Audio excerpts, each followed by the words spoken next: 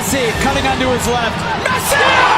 Messi ছাড়া যে inter Miami একেবারেই অচল তা আবারও চোখে আঙ্গুল দিয়ে দেখিয়ে দিল লিওনেল মেসি।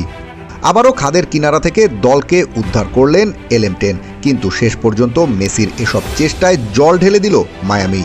টিম হিসেবে ইন্টার মায়ামি যতই ডিসঅর্গানাইজড আর বাজে খেলুক না কেন, প্রতিপক্ষকে ধ্বংস করতে লিওনেল মেসির এক মুহূর্তের জাদুই যথেষ্ট। ইন্টার মায়ামির ম্যাচের প্রতিটি পরতে পরতে প্রত্যেক মুহূর্তেই যেন মেসি নিজের অবদান রেখেই চলেছেন।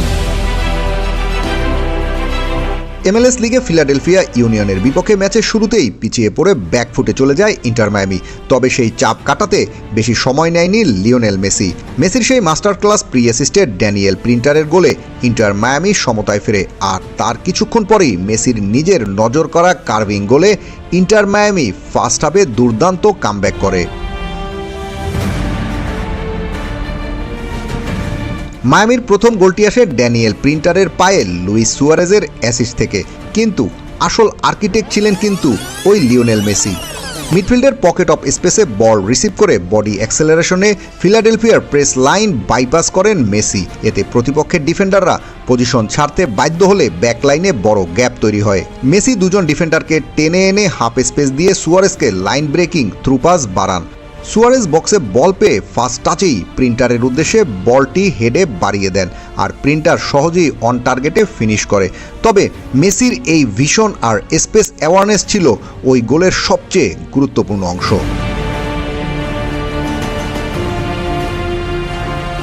ঠিক এর কিছুক্ষণ পরেই ম্যাচের 26 মিনিটে মেসির নিজের করা গোলটিতে তার পজিশনিং সেন্স ও ইন্ডিভিজুয়াল ব্রিলিয়ান্স দেখতে পাওয়া যায়।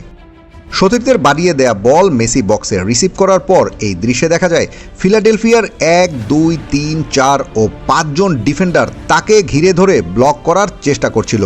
1 নাম্বার ডিফেন্ডার একদম গায়ে লেগে ট্যাকেল করতে আসে এবং 2 ও 3 নাম্বার ডিফেন্ডার সামনে থেকে শুটিং অ্যাঙ্গেল বন্ধ করতে এগিয়ে আসে, আর তখন মেসি বডি ওরিয়েন্টেশন চেঞ্জ করে একটি শর্ট ফেইন্ট দেন, যে কারণে ডিফেন্ডাররা অফ ব্যালেন্স হয়ে পড়ে। এমনকি পেছনের 4 ও 5 নাম্বার ডিফেন্ডাররা কাভারিং দিতে আসার আগেই মেসি খুব দ্রুত ছোট ব্যাকলিফটে লেফট ফুটে ট্রেডমার্ক কার্ভিং শটে গোলকিপারের রিচ এরিয়ার বাইরে দিয়ে বল জালে জড়িয়ে দুর্দান্ত এক ক্লিনিক্যাল ফিনিশিং উপহার দেন।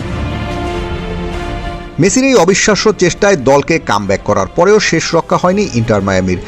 সেকেন্ড হাফে প্রতিপক্ষ বাংলাদেশি বংশোদ্ভূত কাভান ও কুইন সুলিভানের টিম ফিলাডেলফিয়া আরও এক গোল করে সমতায় ফিরে আসে এবং ম্যাচটি শেষ পর্যন্ত ড্র দিয়ে শেষ হয়।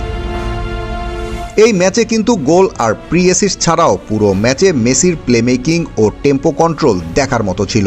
ফিলাডেলফিয়ার ম্যান ওরিয়েন্টেড হাই প্রেস ভেস্তে দিতে মেসি প্রায়শই রাইট হাফ স্পেস থেকে ইনসাইডে ড্রাফট করে ফ্রি ম্যান হিসেবে নিজেকে ফ্রি স্পেসে রেখেছেন। সুয়ারেজ ও প্রিন্টারের সাথে তার কুইক 1-to-1 পাসিং কম্বিনেশন প্রতিপক্ষের ফাইনাল থার্ডে অনবরত থ্রেট ক্রিয়েট করেছে। বল পজিশন ধরে রাখা, ম্যাচের ডিরেকশন চেঞ্জ করা এবং ফাইনাল থার্ডে সঠিক সময়ে সঠিক সিদ্ধান্ত নেওয়া, সব মিলিয়ে পুরো ম্যাচে ইন্টার মায়ামির অ্যাটাকিং আউটপুটের একমাত্র ভরসার জায়গা জুড়েই মেসি ছিলেন। বলতে গেলে একজন মেসি ছাড়া ইন্টার মায়ামির আর কিছুই ছিল না। দলে ফিক্সড গোলকিপারও নেই যে কিনা নিয়মিত স্টার্ট করবে, আর প্রত্যেক ম্যাচে মেসির মতো পারফর্মারের একক চেষ্টার পরও ডিফেন্সের ভুলের কারণে দলকে নিয়মিত বেগ পেতে হয়। জাতীয় দলকে হয়তো একা কাঁধে টানা সম্ভব, কিন্তু ক্লাবকেও কেন একা শুধু মেসিকেই সব দায়িত্ব কাঁধে তুলে নিতে হবে? ফুটবল তো 11 জনের খেলা। বিশ্বসেরা ফুটবলারের পাশে থাকলেও বাকিদের নিজেদের দায়িত্বটুকু অন্তত ঠিকঠাকভাবেই পালন করা উচিত। Team football news desk.